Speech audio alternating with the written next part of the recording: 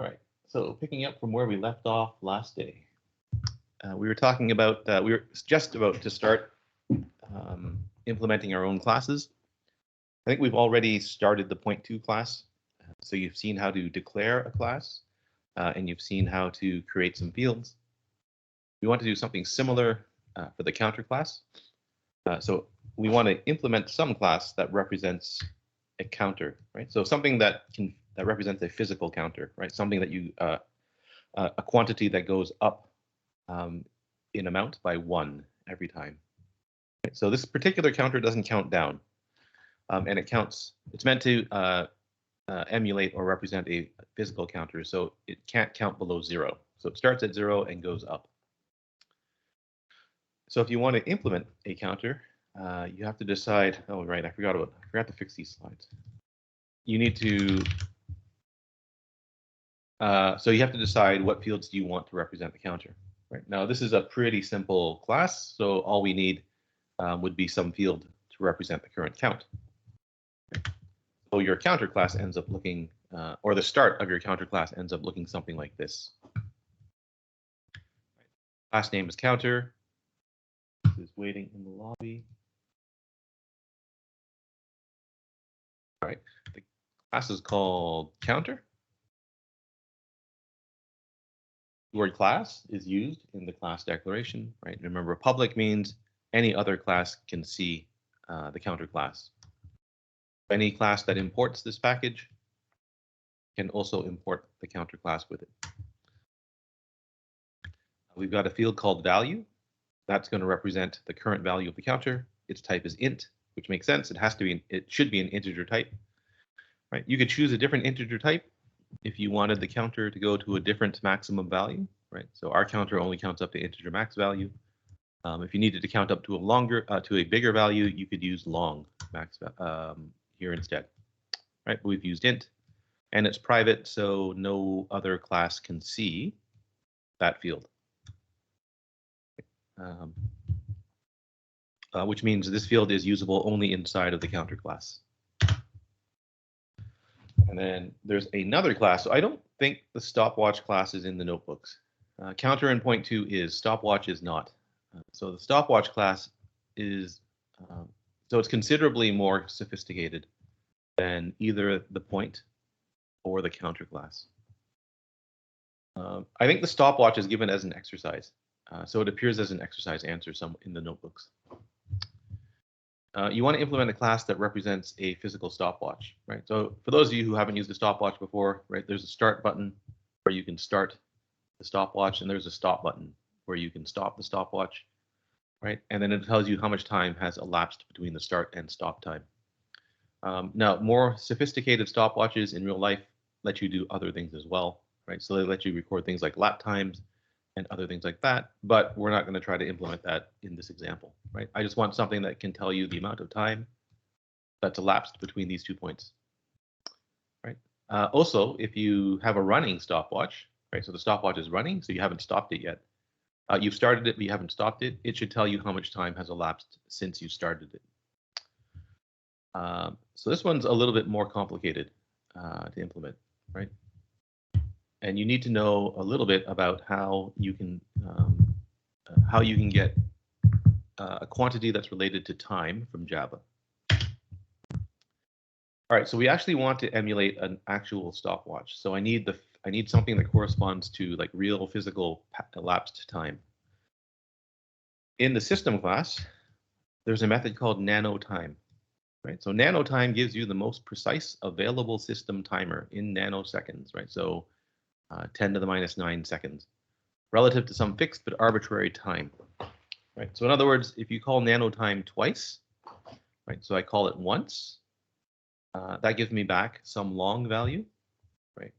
We're going to say that's the time at which the stopwatch was started, right? And then if you call it a second time, right, that gives you back another long value, and we're going to say that's the time at which you stopped the stopwatch. Right, and so that amount of time is measured in nanoseconds.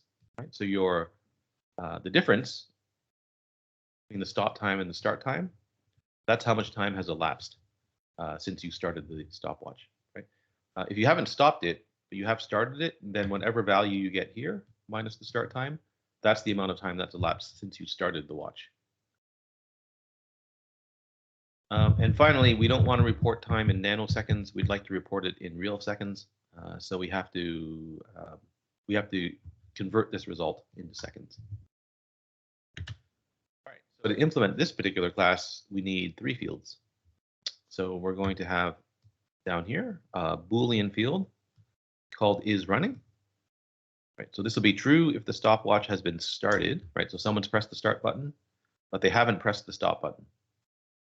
And it'll be false otherwise. Right. So if they haven't pressed either start or stop, then the watch is not running. Right. If they press start and then stop, the watch is not running. I guess if you press start, then stop, then stop, then stop, the watch is still not running. Right. So it doesn't matter if you repeatedly press stop, nothing happens. We've got 2 other fields. They're called the raw start time and the raw stop time. Right. So it's called raw because these are values that come back from the method nanotime. Right. So they're in the wrong unit. Right. They're in nanoseconds instead of seconds, and they don't represent absolute time. Right? So in other words, the raw start time is not necessarily 0. Well, I guess that's the most important part, right? So the raw start time is not necessarily 0 when you start the stopwatch. All right. So keep that in mind. Oh, sorry. What just happened there? That was interesting. Okay. So we've got 3 classes now, or we've got the start of 3 classes now, right? We have a point2 class, we've got our counter class, we have a stopwatch class. There's nothing in them really, right? We've declared the class, we have some fields. Somewhat surprisingly, you can actually use the classes to make objects, even though we haven't written any code related to creating objects, right? All we've got are some fields. Now, you can't do much with the objects that we create, but you can actually create the objects, which is a little odd. Right? So for example, you can make some class in some package somewhere. Right? So here, I think it's in lecture.basics. To remind, if you haven't looked at it yet, you do have access to all the source code, right? That is going on in this course, right? So if you downloaded the course notes, there's a zip file. If you import that, so there's a zip file inside the zip file. If you import the inner zip file into Eclipse as a project, you get all of the source code. Right, so you get everything that's from here on down. What else? You can also get it from GitHub. So for my GitHub, there's a link on OnQ that takes you to the GitHub. You can also get it from there. So you just clone my repository, all the source code's there. Oh, basics, right? Where's it? Is it here? Okay, so I guess I didn't. That's what I was checking. I was checking if this class was actually here. It's not here, so you have to type this in and add it to this package. But if you do, it actually works. Oh, you have to type it in correctly.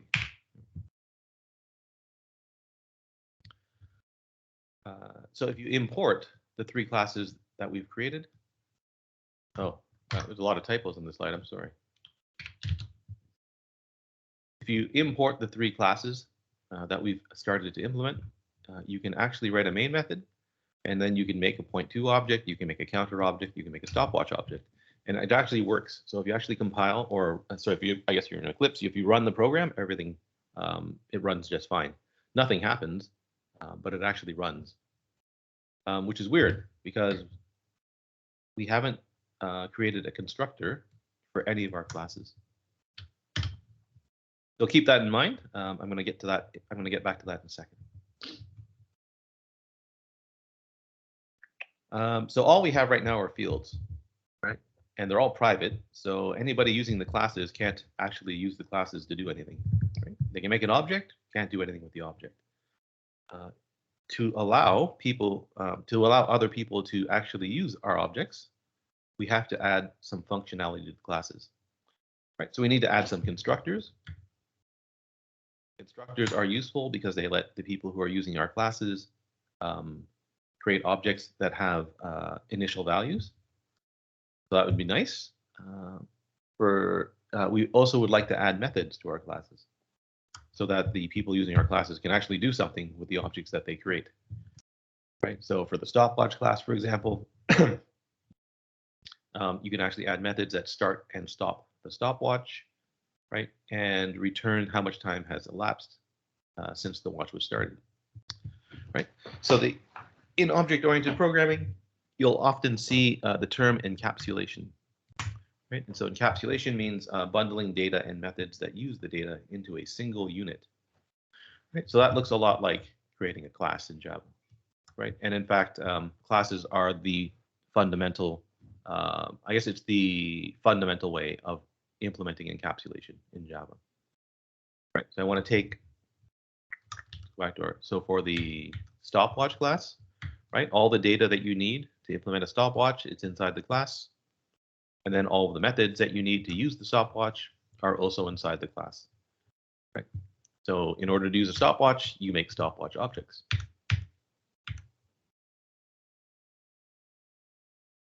After you create your fields or after you define your fields, normally you implement your constructors. So a constructor is used to initialize the state of an object. Right. So we've used constructors already in the course. We've made empty array lists. We've made copy of lists, right? You've made strings, and I guess we've looked at making a scanner, right? In the assignments, you've made other types of objects, right? So you've used constructors already. So the purpose of a constructor is to initialize the state of the object, right? So when you create an object, you always call a constructor, right? Now, so from the point of view of the user, it's possible to call a method that returns a new object, right? So that's another way to get a new object, right? And it looks like, from the perspective of the user, it looks like they're not calling a constructor. But in fact, the method that they used has to call a constructor of some kind, right? Or it has to call a constructor to be called. That's the only way that's the only way to make a new object. That's one of the two ways that you can make an object in Java. The second way is to read the object in from a file, but we're not going to talk about that in this course. So your constructor has to initialize the state of the object so that whoever makes the object gets an object that's in a sensible state, right? So in other words, you get a counter whose value is 0. You get a .2 whose coordinates are not something silly, like they're not random or something like that, right? You get a stopwatch that's not already running. Right. So you need to create, you want to initialize the state of the object to a reasonable state. Right. So what does that mean? Right. So the state of an object is defined by the value of its fields. So the job of a constructor is to set the values for all the non-static fields. Right. So that's what you need to keep in mind when you implement your constructor. Right. You look at the fields, you decide, okay, what value do I have to give to each field?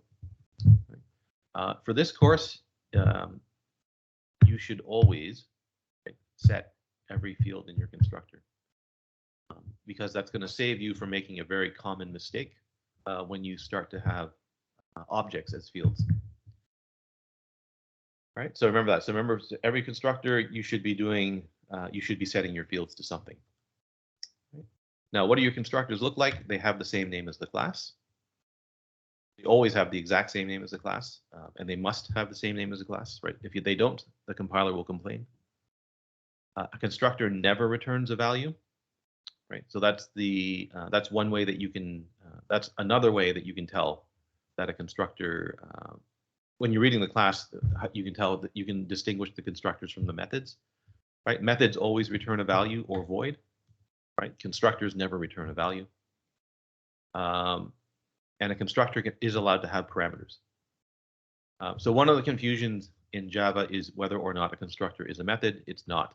Right? It looks like a method because it has a name and parameters, but the language does not consider it to be a method.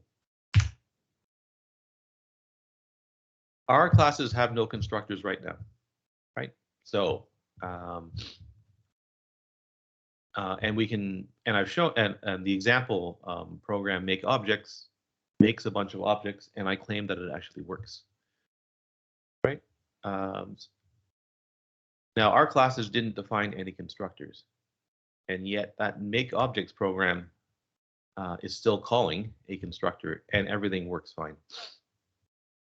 The reason it works fine is because if you make a class and you have no constructors in the class, then the compiler automatically inserts the no argument constructor for you.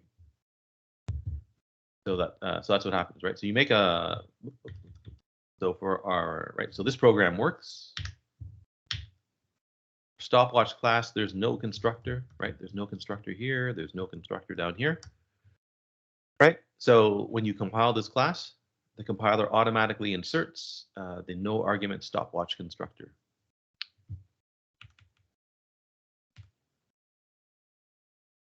Okay, so what's the no argument constructor? The no argument constructor is the constructor that has no parameters, right? That's why it's called the no argument constructor. To use the constructor, you just call the constructor with no arguments. Sometimes it's called the default constructor because the job is to set the object to some well-defined default state. Now, who chooses the default state? It's the person that's creating the class that chooses the default state, right? So because we're implementing these classes, we get to choose what the default state will be. If you don't put a constructor, if your class has no constructors, then the compiler generated no argument constructor does the following. So if you have any primitive type numeric values, they all get set to 0. If you have any primitive type Boolean fields, they all get set to false. If you have any reference type fields, they all get set to null. So for example, if one of our classes had a string field in it, then that field would get set to null, right? So remember, null means no object.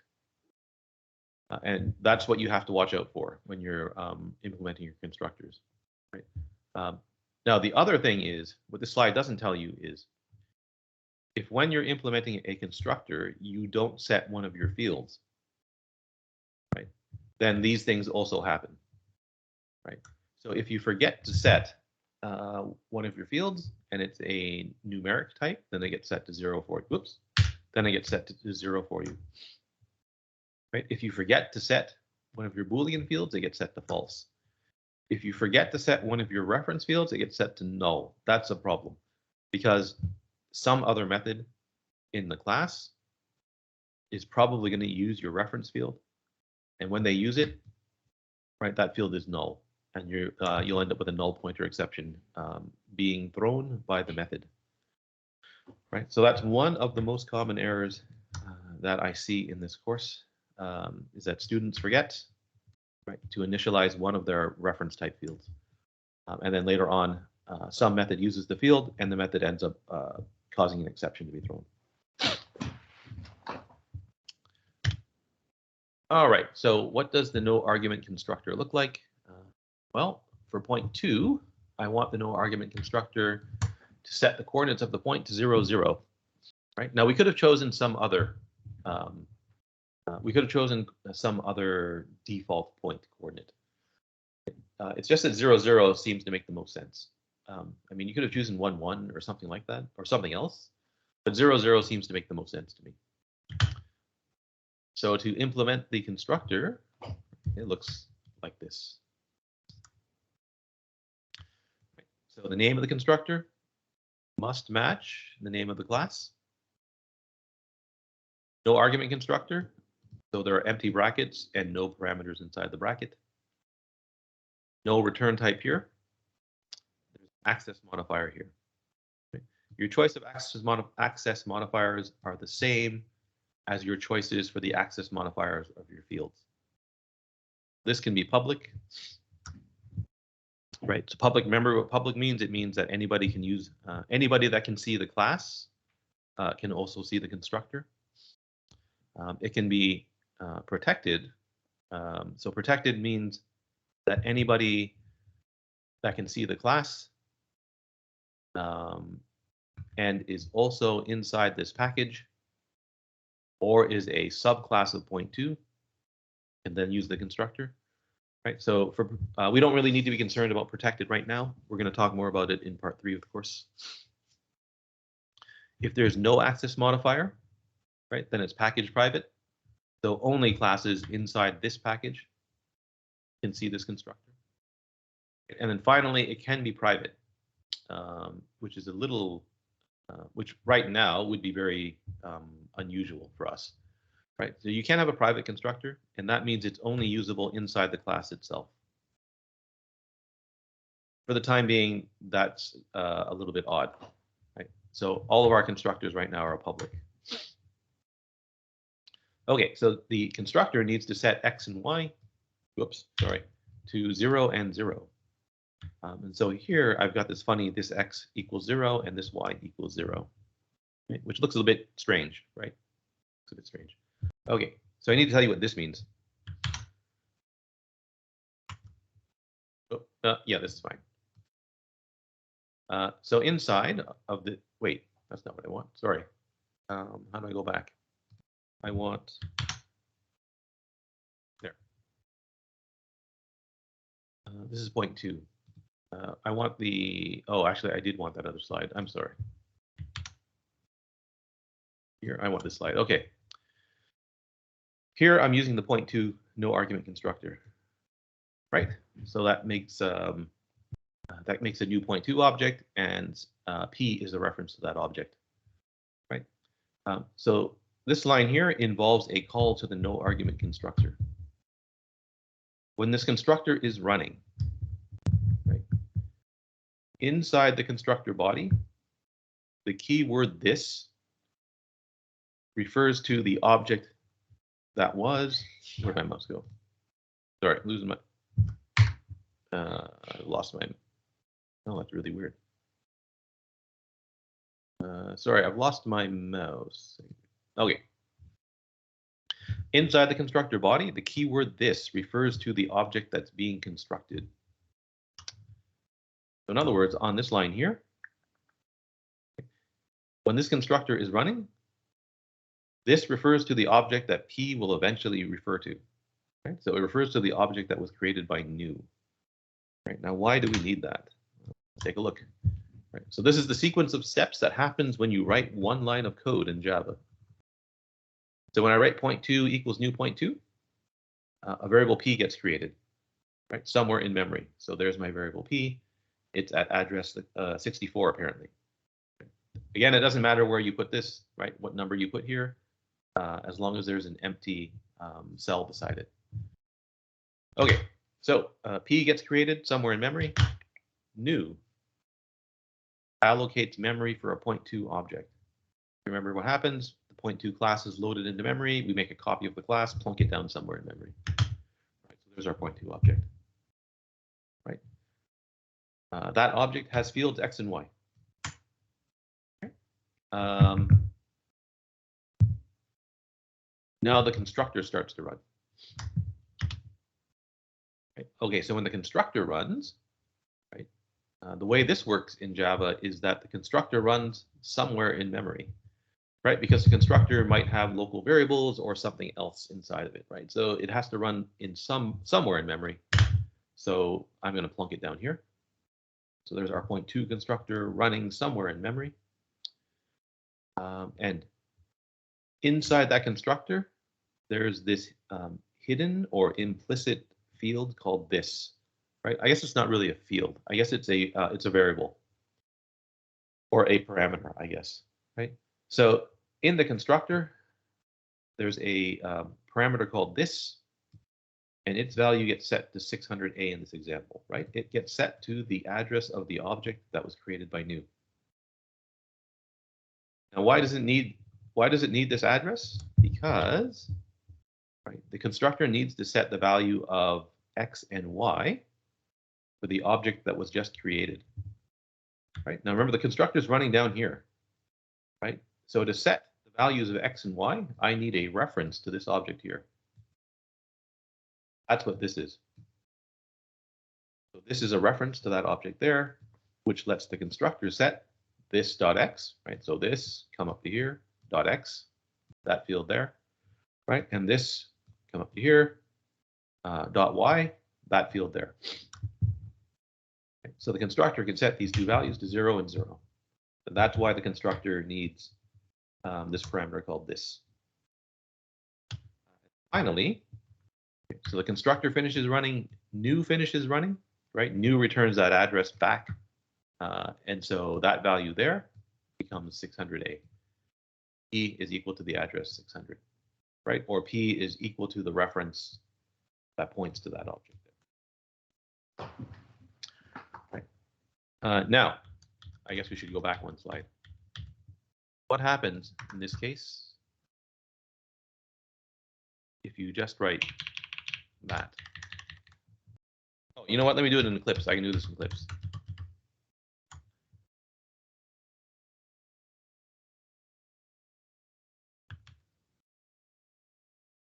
Okay, so here's our point2 class. Eclipse. Oops. Our constructor is here. Do I have a main method? I do have a main method. Okay. So in my main method, I actually make a point2 object. So that's good.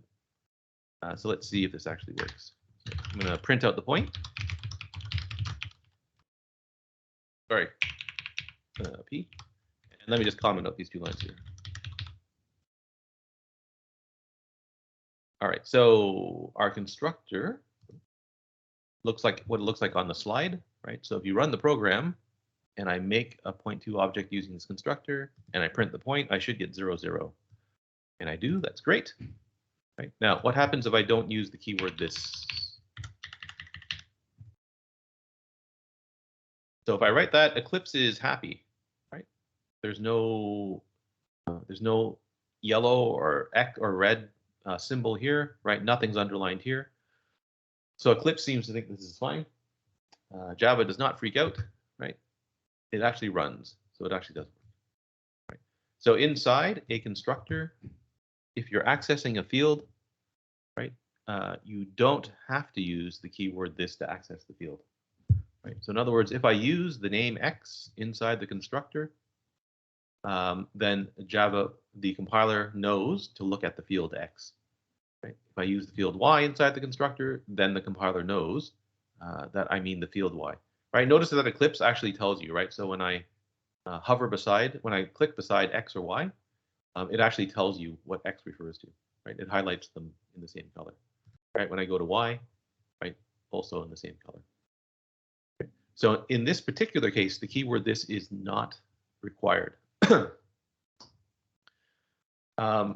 Every time, but whenever you, so whenever I'm accessing a field inside of a class, right? So in all the code that's on the slides, in all the codes that's on the that are in the project that contains the code for the course, right? Every time I access a field, the keyword this is always there, right? Even though it doesn't have to be most of the time. I guess you should ask now, why do you need? Why does this only work for the class? What do you mean? Why does this only work for the class and not the instances? I don't understand. I don't actually understand that question. So when you remember when you make an object, i.e. an instance, right? You're actually making a copy of the class. So, I mean, it works for the objects. I'm not exactly sure what you mean by that question. Yeah, so, but I mean, obviously you have a question, so I think what you mean, if I have an object P, can you use, actually, that doesn't make much sense either. So I was going to say, so here I've got an object P, right? And I call the constructor here. So are you asking, instead of P, can I use this?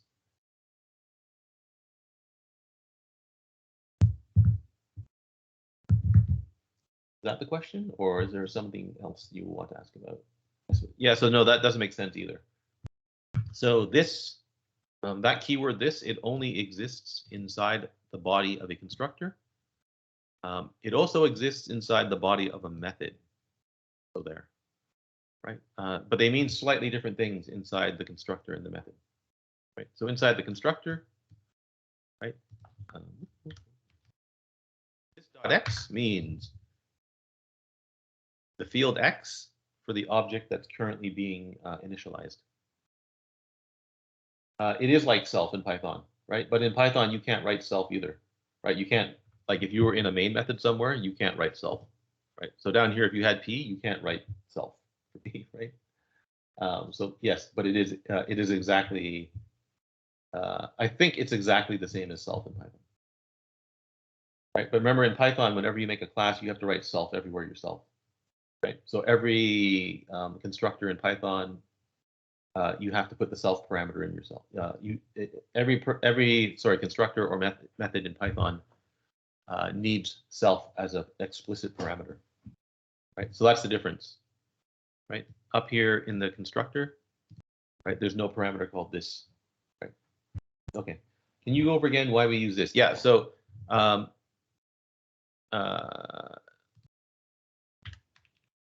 Okay, if you just write, so if you were writing a method somewhere, let me stick in the method, public void f. Right, so, oh, yeah, that's right. So I've got some method f, right? So I've got some method inside my point2 class, right? Now suppose I wanted to, I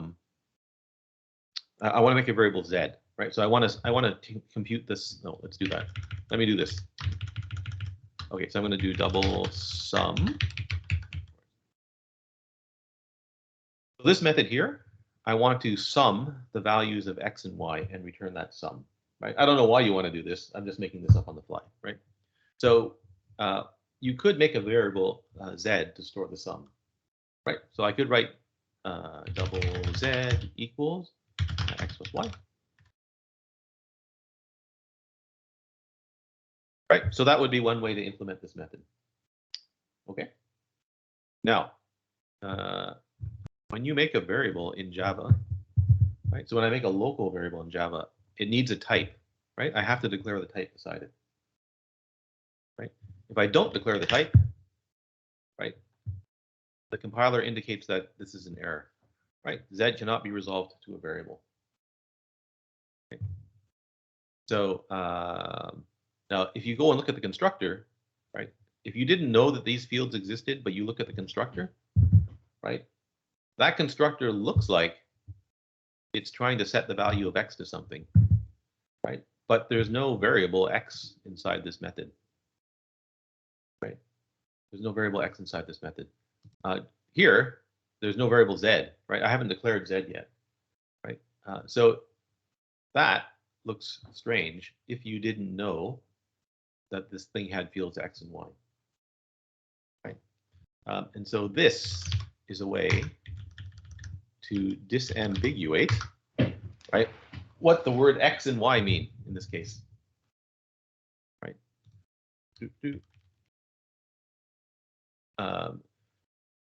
Right. So here, when you read this, right, you say, oh, I see what's happening now, right? This dot x, they mean the field x, right? And this dot y, they mean the field y, right? Or whoever wrote the code means the field x, they mean the field y. Right? There is actually a place where you have to use this, and it's right here, which is indented incorrectly. Why is this indented?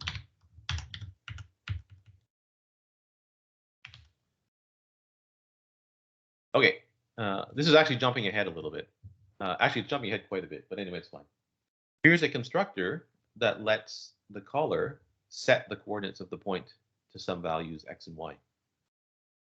So someone here can call this constructor with, say, coordinates -1, -1, right? And they should get the, they're expecting to get back the point whose coordinates are -1 and -1. Now notice the problem here, right? There's a parameter called x and there's a parameter called y. Okay. Now the question is what does x refer, right? So inside this constructor, what happens when I write, like, so this doesn't make any sense, right? X equals x means, well, what does it mean? Well, it means set the value of x to x. That's what it means. So it doesn't do anything, right? Y equals y means set the value of y to y. So it doesn't do anything. The question is which x and which y get set? Okay. That's the question now. Well, in this case, it's that x and that y that get set, right? So the parameters in this case are hiding the fact that we have fields x and y. right? Anything I do with X and Y in this constructor happens to that X and that Y. If I want to change the fields in this case, right, now I have to use this dot X equals X, and I have to write this dot Y equals Y. So the keyword this exists to in order to disambiguate the use of a parameter from the field, right? The field you can always get to by this dot X.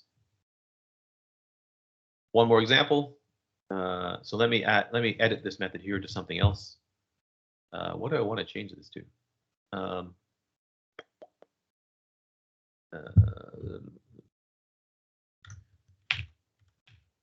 Okay. Here's a weird piece of code. Let me call this. What am I going to call this?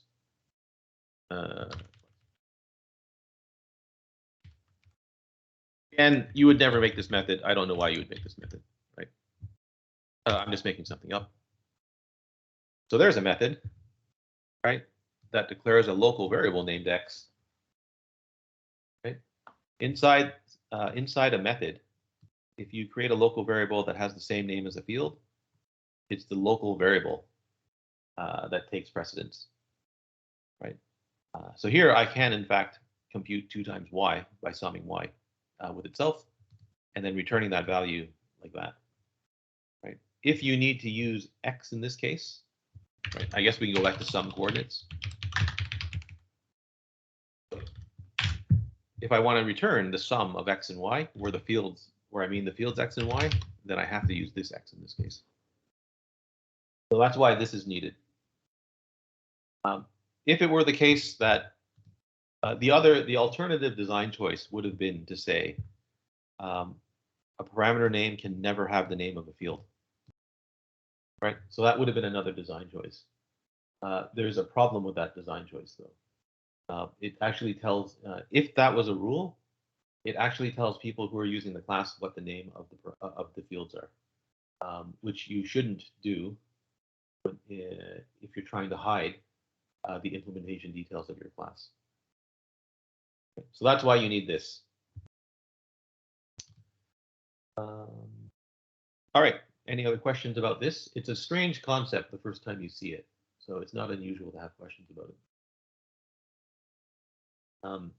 I guess the takeaway message is whenever you want to use a field, you can always write this dot in front of the field name, and that's guaranteed to give you the field. Would it be considered bad practice to do the naming convention?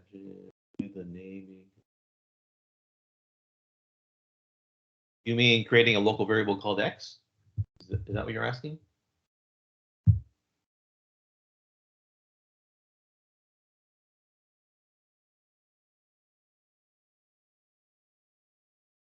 Adam, is that you? Yeah, if you have another one called. Yeah. So I think most people would consider it a bad idea to create a local variable that has the same name as a field. In Java, it turns out it's very common to have parameters that are the same name as a field. So this use case here is actually very common in Java. Yeah, so I'll just leave it at that. So it turns out, yes, that's very common. But this, don't do that. Whatever you do, don't do that. That's super confusing. Okay. Okay, we did this. That's good. No argument constructor for the counter class, right? So this one's easy, right? It's only got one field. We're going to set the counter value to 0. Okay, so it looks like that. That's nice and simple, right? We're going to set the value of the counter to 0. Write this dot value equals 0. Again, a picture of what happens, right? C gets created somewhere in memory, right? So there's your variable C. New runs. So new makes space for or allocates space for a counter object. So there's my counter object, right? It has a field called value. The constructor now runs. So the constructor runs somewhere in memory. There it is, right? What's the value of this inside the constructor? Well, it's the address of that object there. So it's 550A. Constructor runs, it's going to set the value. right? So the constructor runs. Inside the constructor, we say this value equals 0. So this, that's that object up here. Dot value, that's that field right there. That's going to get set to 0, right? The constructor finishes running. New now returns that address back. So whatever here gets set to 550A. So that's the value that gets assigned to C. Right? So in other words, C points to this object here, right? And then the constructor goes away, right? Because the constructor is finished running. So when a method or constructor finishes running, it leaves memory, right? It just disappears. Now, what about the stopwatch? Okay, so the stopwatch is a bit funny. We should initialize the start time and the stop time to the same time, right? Now, the reason we're going to do this is because if you make a stopwatch, right, you don't start it, right? So you make a stopwatch, you don't start it, and you ask the stopwatch how much time has elapsed, you should get 0, right? So in other words, the stop time minus the raw start time minus the raw stop time has to be 0. So we have to set these two to some common value. 0 happens to be the most sensible value, right? When you make a stopwatch, you probably don't want to make a stopwatch that starts running right away, right? You want the caller to be able to press or call the start method to start the watch running. So that's going to get set to 0. That's going to get set to 0. That's going to get set to false. Now, the type of the start time and the stop time are long. So I'm using 0L here to indicate that this is a long value. You can just use 0 if you want to, right? So that's the int 0. The compiler will convert the int to long, so that's fine. I'm just using L here so that you can see another example of a long literal. So there are the no argument constructors, right? They're generally the easiest ones to implement. Methods. So let's implement a method. Now remember, methods are the ways that objects do something, right? So we say that the behavior of an object is defined by its methods. The things that an object can do, it's just the methods that the object has. A non-static method. So all the methods we've created so far in the course, they've all been static. To use a static method, you use the name of the class to call the method, right? So a static method belongs to the class. It does not belong to an object. Non-static methods you can think of as belonging to the individual objects. Right? So in order to use a non-static method, you need a reference to an object. Right? So in other words, I need a variable, right? Something that points to an object. If you have a non-static method, that non-static method can use any of the fields belonging to the object. Right? So a point2 object, if you call a method a non-static method on a point2 object, that object can use the fields x and y. It can use the information stored by that object. Right? That's basically what the line is saying. What this line in the lecture slide is saying. Okay, so I want to, for the point2 class, I would like to be able to change the coordinates of the point. So I have a brand new point whose coordinates are 0, 0. I now want to set those coordinates to something else. So we can do that with a method called set. Let me just show you this. So there was an interesting question in the lecture yesterday. You have to remember that. Let me get rid of this. Okay, so everything for point2, right? All the methods and all the constructors, they are inside the class point2. Right? So in other words, they are in between that brace and the brace at the end of the class, right? So the method set is inside this class. Right? So the method set is going to allow the caller of the method to change the coordinates of the point to new x and new y. So down here, for example, there's my point P, right? Well, I can do P set 1 and then 1. And then I can print out the point again. So P, that makes the point 0, 0, right? So I should get that. And then after calling set, I should get that. I should get 1, 1. We run the program, that's what we get, Right? So that's what set does. Right? Now, how does set do that? Well, I mean, this dot x and this dot y, those are the coordinates of the point. So you just set this x to new x, and you just set this y to new y. Again, you can write x equals new x and y equals new y if you like, because the fields have different names than the parameters. Now, this method is weird for someone new to Java because it returns this, which is unusual. So it would, for example, it would not be in an introductory programming course. You would almost always see this like that, right? So you would call the method. Sorry. So in other words, you would call the method and it doesn't return a value, right? It just changes the coordinates of the point. There's a problem with that, the point2 class. So for the point2 class, it represents a mathematical object, right? So you're in math, you're used to doing things like x plus y, or x. If you wrote something like x equals x plus y, right? You know that you're computing x plus y and then assigning the value back to x.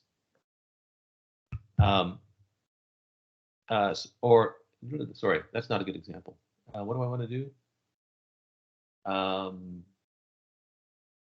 I guess for points, so let's imagine that we're working with points. I want to change the coordinate of a point, right? And then I want to multiply it by something else. Okay? So I want to change it to, I start with 0, 0, I want to change it to 1, 1, and then I want to multiply the coordinates of that point by some value, right? If set returns void, right, then there's nothing I can do. Right? That's all that I can write on that line, right? Because set doesn't return anything. I can call the method, and then if I want to multiply the point, I have to write p dot multiply 2, like that. Right? And then I can print out p. So in this case, I should get 2, 2. Right? If you implement, so when you're working with this class, that becomes really annoying really fast, because it turns out working with points, you're often implementing some sort of mathematical equation. Right? So for example, I want to set the coordinates of the point, and then I want to immediately multiply it by 2. Right? If you return this, right, then you can write the following. I can write it all in one line. Once I fix set. Right? So if set actually returns a reference to a point2 object, that, right? Then down here, you can write that. Right? So in other words, you can chain method calls together, which turns out to be really useful for the point class. It's not useful for most classes, so I'm not sure I should include this as an example. But for the point class, it turns out to be super useful. Right? So p set 1, 1, that just returns p. Right? So it sets the coordinates of p and then returns p. That means I can use that return value to do something else, like multiply p by 2. Right? And then maybe negate the result. Okay, so dot negate.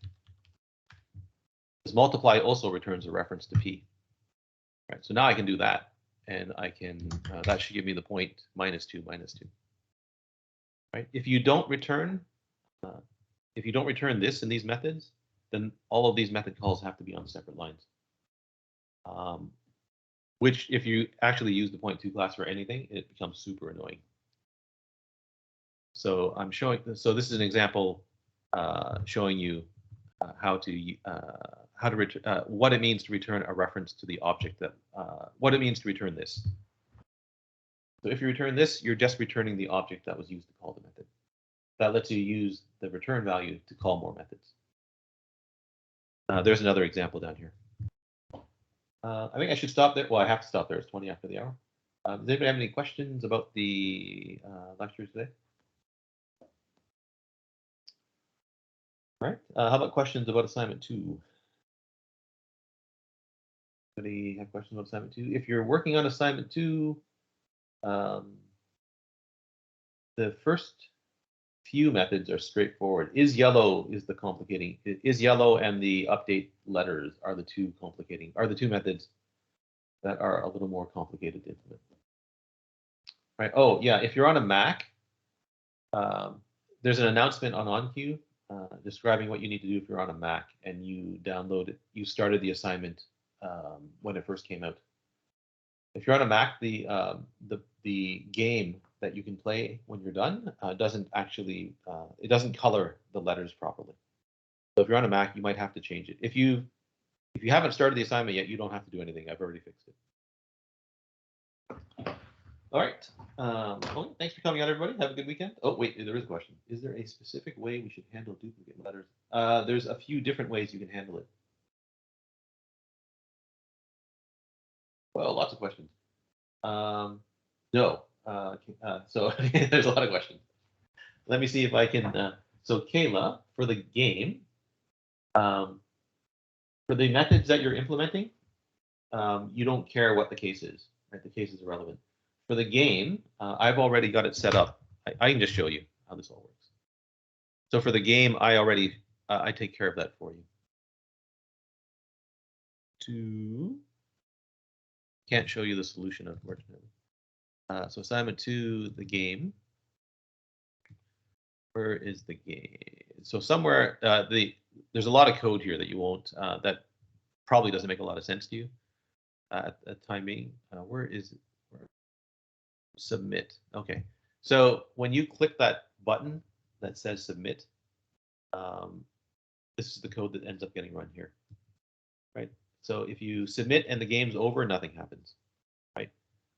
But to get the string, you do this, right? So I actually remove all the space at the front and end of the string, and then I convert the string to uppercase. So it doesn't matter what you type into the box, it automatically gets converted into uppercase. So you don't have to worry about that. Your methods don't have to worry about that either. So for example, if you passed in a guess and an answer word that are in all lowercase, it should work fine, right? It should just assume that everything's in lowercase. Okay, Ethan, where do we see the letters already used? I didn't put that into the game. So I didn't actually build that. I didn't actually build that user interface, mostly because I didn't have time. So you don't actually get to see them anywhere. Yeah, you're probably done. And Daniel, is there a specific way we should handle it? No. So that's the in a lot of these programming questions I give you, there's more than one way to answer them. There's more than one sensible way to answer them. And sometimes there's often there's a not so good way to answer them. But in this particular case, no, there's no specific way you should handle it. Right? One way to do it is to remove the duplicate, is to replace the duplicates. So, for example, when you process a word in the isYellow method, right? If a letter is green, it's not yellow, right? So what you really want to do there is you want to figure out what letter in the answer word, right, matches exactly a letter in the guess word. Right? So in other words, you want to find the green letters, right? But then the answer word, you then want to remove. You don't want to remove it. You want to replace the green letter with something, with some sort of symbol to indicate that it's already been used, right? So you can use your replace method that you implemented first, I hope, to do that. Right, so you can go into your answer, and then you can. So if you use if the L in the answer word is green, then you can replace it with like a star or an exclamation mark or a question mark or something like that. And then you can process the guess word again, right? So you can process the guess word twice, right? So that's the easier way to implement it. The other sensible way to do it is to use a map. So the other way is to actually count, right? How many times does every letter appear in the guess? How many times does every letter appear in the answer? Sorry, how many times does every letter appear in the answer? Is the important part, I think. So that's another way to do it. So if you, whenever you use a letter that's in the answer, right? So whenever a letter is green in the answer, you decrease the count of that letter by 1 in that. And so, for example, if the L matches exactly, then you, so for example, if your guess word is, it's a good guess word. I have a list of guess words up here. Suppose your answer is about, right? Somebody guesses a word that exactly matches the T, Right? Oh, sorry. So your answer word's about. So the first thing you can do in that is yellow method is count the number of times each letter appears in the answer, right? So A appears once, B appears once, right? So on and so on and so forth, right? The T appears once. If someone guesses a word that ends in T, right, you go into the map and decrease the count of the letter by 1. So now T appears 0 times, right? Now you go back and process the guess word again, right? So suppose someone guessed a word with 2 T's in it, and they got the last one exactly right, right? When you see the other occurrence of the T, right, you ask, does T appear in the answer? And the answer is now no, right? Because it's already been accounted for here, right? So this is basically a bookkeeping question, but it's a bit of a tricky bookkeeping. All right, I hope that answers your question. The using replace is by far the shorter answer, though. so I actually have the answer that uses a map. It's about 50% longer, one that just replaces letters. Okay. Super. Any other questions? All right. Everybody have a good weekend. And I will see you